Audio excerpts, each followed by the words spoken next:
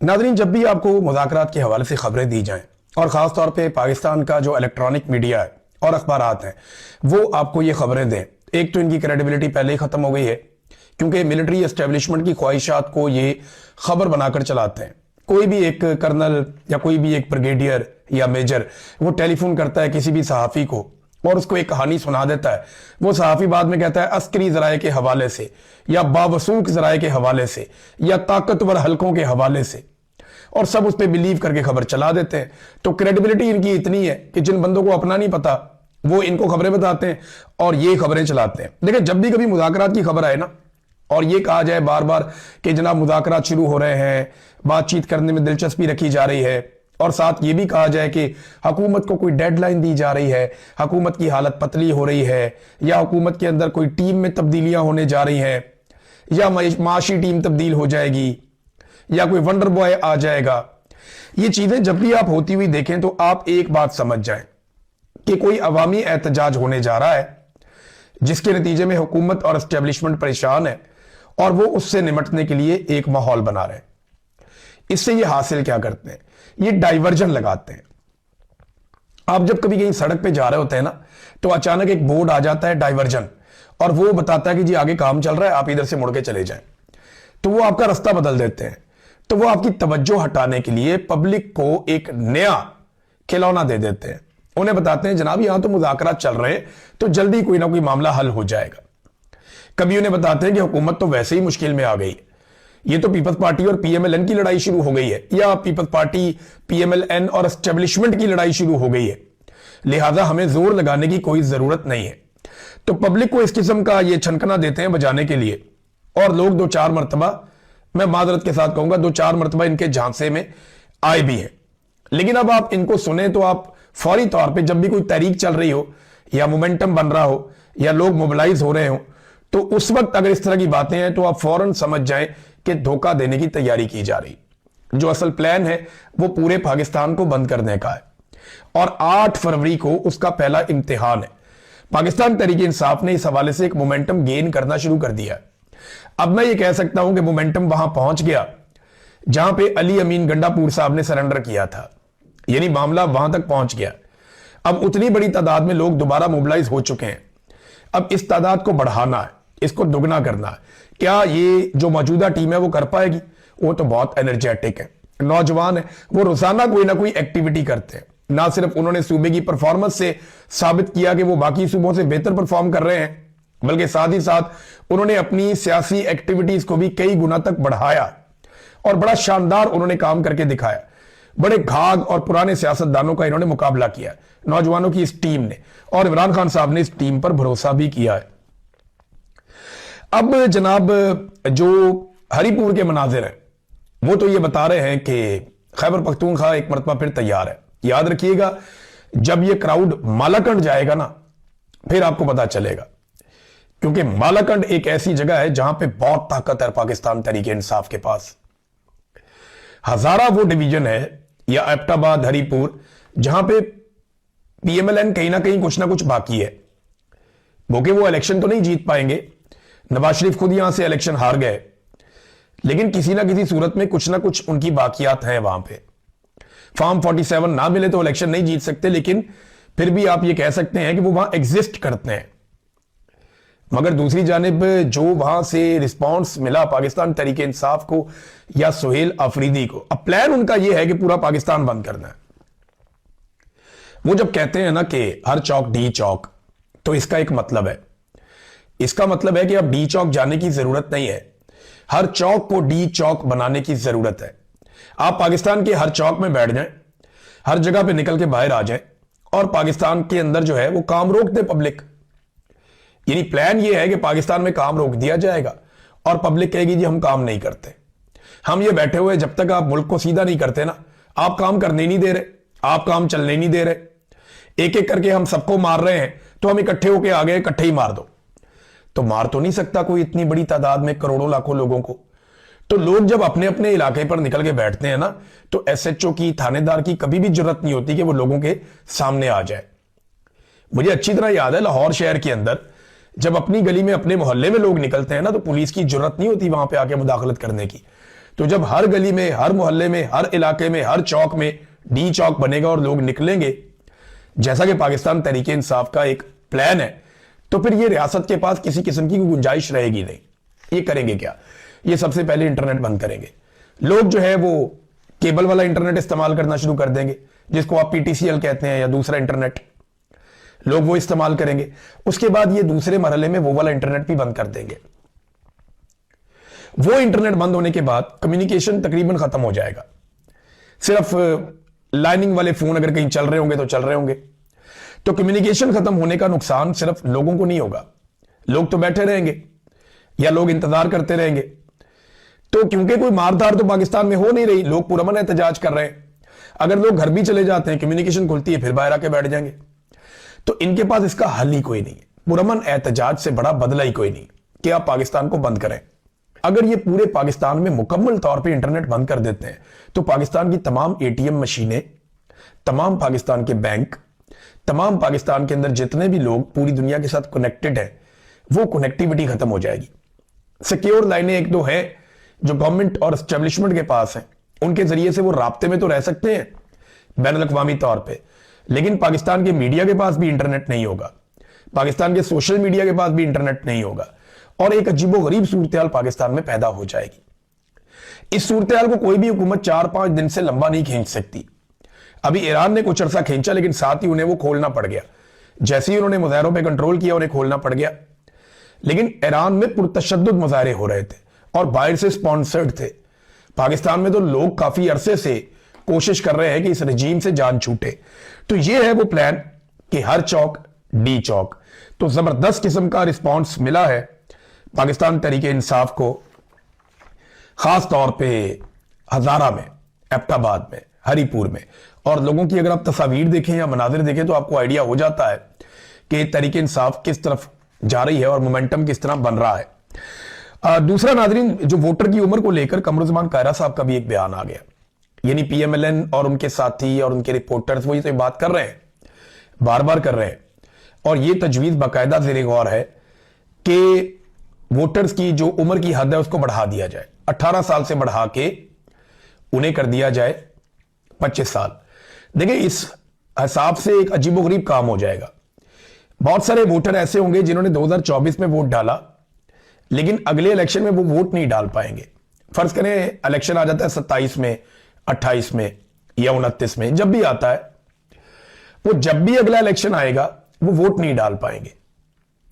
जिन्होंने 2024 में वोट डाला वो 2026, 27, 28, 29 जब भी इलेक्शन होगा उसमें वोट डालने के अहल नहीं रहेंगे। और ये लाखों की तादाद में नौजवान होंगे जो 18 साल 19 साल के थे, उन्होंने वोट डाल दिया था, लेकिन अब वो 22-23 साल के होने के बावजूद वोट नहीं डाल सकते क्योंकि ये 25 साल तक लेकर जाना चाह रहे हैं। पीपल्स पार्टी भी इसकी हमायत में आ गई। कमरुज़्ज़मान कायरा साहब ने कहा जी 18 साल के नौजवान के सियासी शऊर पे उन्होंने सवाल उठाया कि ये तो मंशूर तक नहीं पढ़ते, तो ये कैसे फैसला करते हैं, हम भी इस उम्र से गुजरे हैं। तो कमरुज़्ज़मान कायरा साहब, मैं आपको 2 चैलेंजेस करता हूं। नंबर 1, बिलावल जरदारी की उम्र कितनी थी जब उसको एक पर्ची के ऊपर आपने अपनी पार्टी का चेयरमैन बना लिया था? बताएं ना जरा। आपने तो पूरी की पूरी एक पॉलिटिकल पार्टी एक कम उम्र नौजवान के हाथ में थमा दी थी। उसकी उम्र तो 25 साल नहीं थी, आपने पूरी पार्टी उसको दे दी थी एक ऐसी पर्ची के ऊपर जिसकी कोई क्रेडिबिलिटी भी नहीं है। और आप कह रहे हैं कि आपका नौजवान सियाना है और कौम के नौजवान जो है वो गुमराह हैं, उनको कुछ नहीं पता। मैं चैलेंज करता हूं कि बहुत सारे एमएनएस और एमपीएस के उम्मीदवार भी अपनी अपनी पार्टियों के मंशूर के बारे में कुछ नहीं जानते, उन्हें पता ही नहीं है। और बहुत सारे पाकिस्तान में ऐसे लोग हैं जो एक जमात भी नहीं पढ़े हुए, जो कभी स्कूल में नहीं गए, तो वो तो मंशूर पढ़ ही नहीं सकते। तो क्या ऐसे लाखों करोड़ों लोग जो हैं उनके वोट खत्म कर दिए जाएं क्योंकि ये मंशूर नहीं पढ़ सकते, चाहे उनकी उम्र 40 साल या 50 साल हो? तो ये जो बूमर्स है ना, जितने भी ये नौजवानों से जान छुड़ाना चाहते हैं, ये मैदान से भागने वाली बात है। जब मुकाबला ना करो तो मैदान से ही भाग जाओ। यानी जिसका मुकाबला आप नहीं कर सक रहे, आप कहिए इसके साथ खेलना ही नहीं हमने, इसको वैसे ही मैदान से बाहर निकाल दो। तो क्योंकि ये नौजवानों का मुकाबला नहीं कर पा रहे, उनके सवालों के जवाब नहीं दे पा रहे और उनके शऊर को फेस नहीं कर पा रहे, लिहाजा तरीकेकार ये निकाला है कि इनको ही बाहर निकाल दो, हम इनके बगैर मैच खेलेंगे। ये नौजवान आपको मैच खेलने ही नहीं देंगे। ये आपकी वो दुर्गत बनाएंगे कि आपको लग पता जाएगा। अपने घर में झांकिए, 18 साल, 16 साल, 17 साल, 19 साल के बच्चों से बात कीजिए, वो आपको बताएंगे कि सियासी शऊर क्या होता है। यहां बरतानिया में ये नया कानून लेकर आ रहे हैं, रिफॉर्म्स लेकर आ रहे हैं कि हम 18 साल से वोटर की उम्र 16 साल करने जा रहे हैं, क्योंकि नौजवानों में बहुत शऊर है। हम चाहते हैं कि नौजवान वोट डालें और वो हुकूमत बनाने में अपना रोल प्ले करें, क्योंकि इनके अंदर बड़ी एनर्जी है।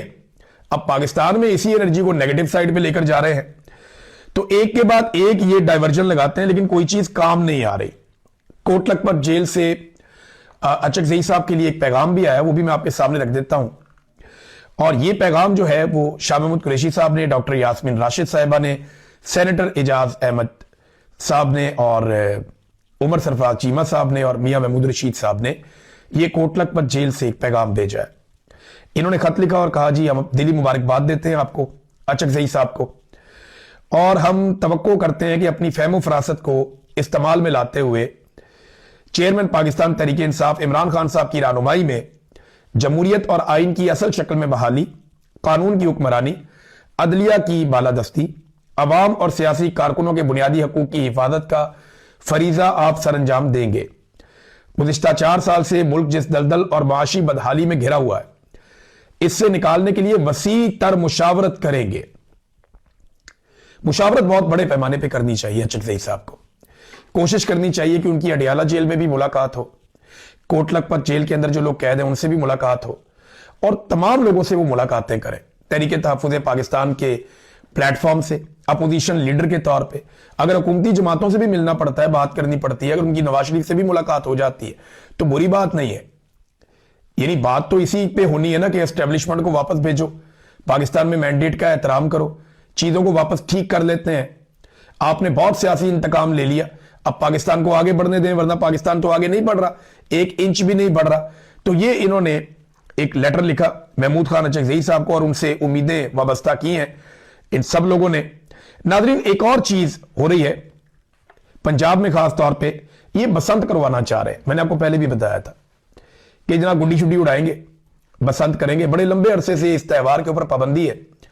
वजह यह थी कि जब हम लोग छोटे होते थे और पतंगबाजी करते थे ना, तो बड़ी कच्ची डोर होती थी। यानी मैं क्योंकि वहां पे सारी जिंदगी हम पल के बड़े हुए लाहौर में, तो हम जब ये पतंगबाजी करते थे ना तो अक्सर डोर टूट जाती थी।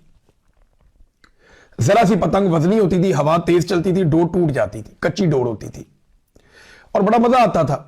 उस वक्त किसी का गला नहीं कटता था। जैसे ही किसी के सामने डोर आती थी वो हाथ ऐसे मारते थे, डोर टूट जाती थी। हमें अपनी पतंग को टूटने से बचाने के लिए काफी डोर छोड़नी पड़ती थी। इसको पंजाबी की जबान में वो दमियां लगाना कहते थे। तो अक्सर गुड़ियां टूट जाती थी, लेकिन फिर आहिस्ता आहिस्ता चाइना से धागे आना शुरू हुए, कुछ इंडिया से धागे आना शुरू हुए, और इतने मजबूत धागे आ गए कि आप उनके साथ ईंट बांध के घसीट लें, 2 ईंटें बांध के घसीट लें, फिर पतंगे टूटना बंद हो गई। हवा तेज होती थी, पतंग हवा में फट जाती थी, लेकिन वो टूटती नहीं थी, इतनी मजबूत डोरे आ गए। अब जब किसी के गले के सामने ये डोर आती थी तो वो जो मर्जी करता रहे, तोड़ता रहे, ये टूटती नहीं, हाथ से टूटती नहीं, दांतों से भी नहीं टूटती। बाज़-औक़ात ऐसी डोरें आ गई, केमिकल वाली डोरें भी आ गई। उनकी वजह से लोगों के गले कटना शुरू हो गए। पहले कोशिश की गई कि इन डोरों पे पाबंदी लगाई जाए, लेकिन जब नहीं लग पाया तो फिर हुकूमत ने पाबंदी लगा दी पतंगबाजी पे। परवेज इलाही साहब ने पाबंदी लगाई, उसके बाद शहबाज शरीफ साहब ने इस पाबंदी को जारी रखा, उस्मान बुज़दार साहब ने भी ये पाबंदी जारी रखी। अब मरियम नवाज साहिबा को एक कहीं से ख्वाहिश का इजहार किया गया है। आपको पता है किसकी ख्वाहिश मानती हैं वो? तो ख्वाहिश ये आई है कि जनाब बसंत मनाई जाएगी, और इसके पीछे आइडिया ये है कि नौजवानों की डाइवर्जन लगाई जाए, नौजवानों की तवज्जो एक फेस्टिवल की तरफ की जाए, एक त्यौहार मनाया जाए और उस तरफ नौजवानों की तवज्जो कर दें, ताकि एक बसंत का फेस्टिवल आए, सारे कहें जी कमाल कर दिया इन्होंने, और फेस्टिविटी में चले जाएं। तो ये जो दिन होंगे एहतजाज के, जिसमें मोमेंटम बन रहा होगा, उसमें हम बसंत करके तो तवज्जो लोगों की इस तरफ कर देंगे और एक त्यौहार पूरी दुनिया को दिखाएंगे कि देखें जी पंजाब में कितना कमाल काम हो रहा है। अब ये तो है इनकी ख्वाहिश। अदालत के अंदर इन्होंने 27 किस्म की इन्होंने नुकात बताए अदालत में कि ये हमारा सिक्योरिटी प्लान है, हम बहुत सारे रिक्शे लाएंगे, हम बहुत सारा जो है वो लोगों को तारें प्रोवाइड करेंगे, सिक्योरिटी करेंगे, पाबंदियां लगाएंगे, हम गला नहीं कटने देंगे। ये इनका दावा है, अल्लाह करे ऐसा ही हो। लेकिन अगर बसंत हो जाती है तो इन्हें पूरे पंजाब की पुलिस को लाहौर में और जो बसंत का इलाका है वहां पे लाना पड़ेगा, और इस बात का इन्हें ध्यान रखना पड़ेगा कि कोई इमरान खान के नाम वाली, कैदी नंबर 804 वाली या पाकिस्तान तहरीक इंसाफ के झंडे वाली पतंग हवा में ना आए। क्योंकि मेरी इंफॉर्मेशन के मुताबिक बेशुमार पतंगबाज ऐसे हैं जो पाकिस्तान तहरीक इंसाफ को पसंद करते हैं, और लाहौर जहां पे ये फेस्टिवल करवाना चाह रहे हैं वहां पे लोग पागलों की तरह इमरान खान साहब को फॉलो करते हैं। लाहौर के 44 हलकों में से 41 हलकों में पाकिस्तान तहरीक इंसाफ फॉर्म 45 के मुताबिक जीती है।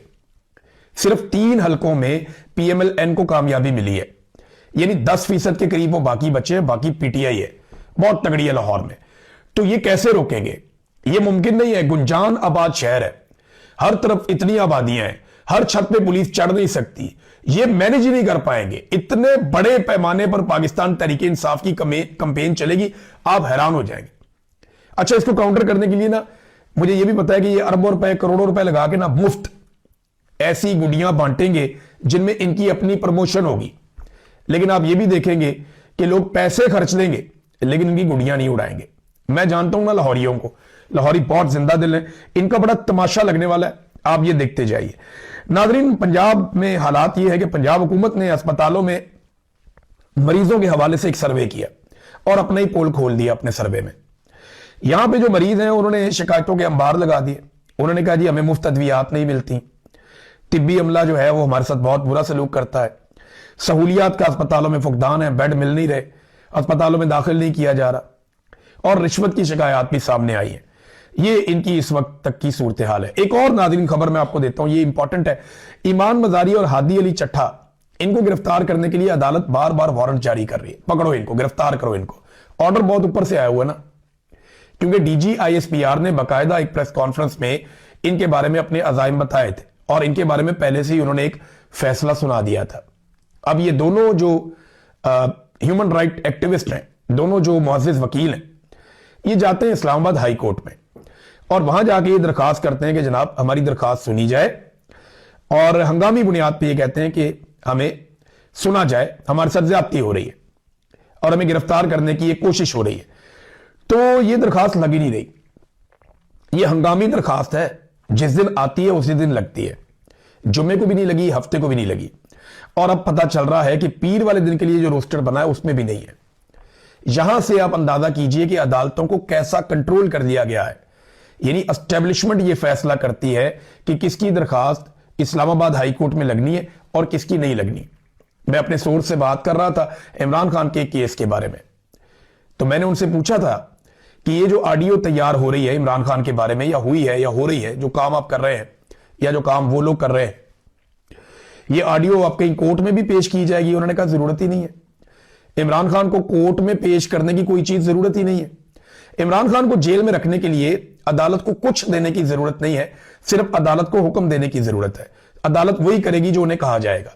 ये तो सिर्फ पब्लिक परसेप्शन के लिए ऑडियो जो है वो उसके ऊपर काम हो रहा है, और वो ऑडियो अब कुछ लोगों को सुनवाई जाएगी या सुनवाई जा चुकी होगी, अभी कुछ दिनों में आपको कंफर्मेशन आ जाएगी। अच्छा, इंजीनियर मोहम्मद अली मिर्जा ने एक बड़ा अजीब काम किया। जब जीशान ने इंजीनियर को कहा कि मैंने आपकी रिकॉर्डिंग कर ली, जो आप लोगों ने मुझे सवालात फीड करने की कोशिश की इमरान खान के बुग़्ज़ में उसके खिलाफ, यानी आप लोगों ने इमरान खान के खिलाफ मजहबी नौइयत के घटिया सवाल मुझे फीड करने की कोशिश की, मैंने आपकी वो कॉल रिकॉर्ड कर ली। तो इंजीनियर साहब ने कहा आपकी तरबियत ही गलत हुई है, मां बाप तक पहुंच गए, ये कहा आपको ये करना ही नहीं चाहिए, ये इखलाक से गिरी हुई हरकत है, आपको इसकी इजाजत नहीं है, ये बातें करते रहे। लेकिन वही इंजीनियर एक और बयान में क्या कहता है, एक और बयान में कहता है कि इमरान खान साहब की वो ऑडियोज आ गई ना तो पता चल जाएगा कितना डट के खड़ा है। यहां नहीं कह रहा कि गैर इखलाकी काम है, यहां नहीं कह रहा कि एस्टेब्लिशमेंट के मां बाप ने उनकी गलत तरबियत की है इन जर्नैलों की जो कॉलें रिकॉर्ड कर रहे हैं जेल के अंदर, वहां नहीं कह रहा। अंदाजा करें, जब अपनी कॉल रिकॉर्ड हो गई तो मेयार कुछ और बना लिया, जब कॉल रिकॉर्ड हो गई, इमरान खान की बातचीत रिकॉर्ड हो गई, वहां पे मेयार कुछ और बना लिया। वहां क्या इमरान खान से पूछ के रिकॉर्ड कर रहे हैं? ऐसा तो नहीं है। और खुद की है 2 नंबरी। इमरान खान तो करता है ना बातें, और ये नजम सेठी कह रहे जी वो तो डट के खड़ा है, पीछे नहीं हट रहा। और नजम सेठी ने यह भी बताया नजम सेठी किसका आदमी है, किनके साथ उनके ताल्लुकात है, सब जानते हैं। तो नजम सेठी साहब ने क्या बताया? उन्होंने बताया कि जो अमेरिका से लोग आए थे वो भी इमरान खान को मिलवाए गए। 2.5 घंटे इमरान खान के जाके लोग मिलते गए हैं और इमरान खान इनकार करते रह गए, मैं कोई डील नहीं करता भाई इनसे। इंजीनियर साहब ऐसा बता रहे हैं जैसे कि बहुत फ्रस्ट्रेशन है और इमरान खान तो कह रहे हैं जी डील करो डील करो। ये कोई और पिक्चर दे रहे हैं, वो कोई और पिक्चर दे रहे हैं, और दोनों एक ही तरफ से आए हुए हैं। अजीब कंफ्यूजन पैदा की हुई है। इंजीनियर साहब जो है ना वो विकेट के दोनों तरफ खेलना चाह रहे थे, लेकिन बहुत बुरी तरह क्लीन बोल्ड हुए हैं और अपनी क्रेडिबिलिटी भी उन्होंने वार ली है। एक दिन एक बात करते हैं, दूसरे दिन दूसरी बात करते हैं, तीसरे दिन तीसरी बात करते हैं। जो आदमी अपनी जुबान पे खड़ा ना रह पाए उसकी क्या क्रेडिबिलिटी है? यानी सियासत में आके ना अपना बेड़े ही गर्क कर दिया। बहरहाल चले, मर्जी है उनकी, जो मर्जी करे अपने साथ। डोनाल्ड ट्रंप ने ग्रीनलैंड पे कब्जा करने का हतमी फैसला कर लिया। वहां भी बड़ी बादनियात है, कभी डिटेल में बताऊंगा कि ग्रीनलैंड में क्या क्या है और किसको क्या चाहिए। लेकिन अपने अहम तरीन जो नेटो के इत्तेहादी हैं जिन्होंने इसकी मुखालफत की है, ट्रंप ने उनके ऊपर जून से 10% इजाफी टैरिफ आयद कर दिया। नेटो के इत्तेहादी हैं कौन कौन? फ्रांस, बर्तानिया, Germany, Denmark, Norway, Sweden, Netherland, Finland और भी ममालिक हैं। इनके ऊपर जनाब उन्होंने 1 जून से 25% तक इनका टैरिफ हो जाएगा, 10% मजीद लगा दिया इनके ऊपर। तो अब ना दुनिया थोड़ी सी चेंज हो रही है। यूरोप अमेरिका के ऊपर बहुत इन्हिसार करता था, लेकिन डोनाल्ड ट्रंप ने बहुत सारी चीजों को आने के बाद बदल दिया है। अब यूरोप यह भी सोचना शुरू हो गया कि उधर चाइना बहुत बड़ी ताकत है, रशिया उसके साथ अच्छे ताल्लुकात बना रहा है। हम अमेरिका के टोकरी में अपने सारे अंडे डाल के बैठे हुए हैं और अमेरिकन जो हैं वो अब हमें कुछ बातों पे अमेरिकन प्रेसिडेंट आंखें दिखा रहे हैं। अब क्या ये अमेरिकन एस्टेब्लिशमेंट की भी पॉलिसी है? देखिए बहुत सारे सवालात यहां पे जन्म ले रहे हैं। बड़ी इंटरेस्टिंग सिचुएशन आ गई और डोनाल्ड ट्रंप को अब जो भी चीज नजर आती है ना, वो सिर्फ अमेरिकी मफाद देखते हैं। वो नहीं देखते कि ये जनाब मफाद किसी और मुल्क का है, कोई इत्तेहादी मुल्क है, कोई दोस्त मुल्क है। वो ये नहीं देखते। वो ये देखते हैं जनाब कि अगर फायदा अमेरिका का हो रहा है ना किसी चीज में, तो उसके लिए डोनाल्ड ट्रंप किसी भी लेवल तक जाते हैं। अब ये फिलहाल ये चीजें हो रही हैं, इसके साथ हम इसके ऊपर हम नजर रखेंगे, चीजें आपके साथ शेयर करेंगे। सियासत.pk का नाजरीन दफ्तर बिलाखिर बंद हो गया। जुल्म और जबर की एक और दास्तान लिखी गई है, यह हमारे दिल पे लिखी गई है। हम इसे याद रखेंगे और भूलने उनको भी नहीं देंगे जिन्होंने यह दफ्तर हमारा एक और बंद करवा दिया है। और मजीद खबरें अगले वीलॉग में देता हूं। अब तक के लिए इतनी, अपना ख्याल रखिएगा, अपने चैनल का भी। अल्लाह हाफ़िज़।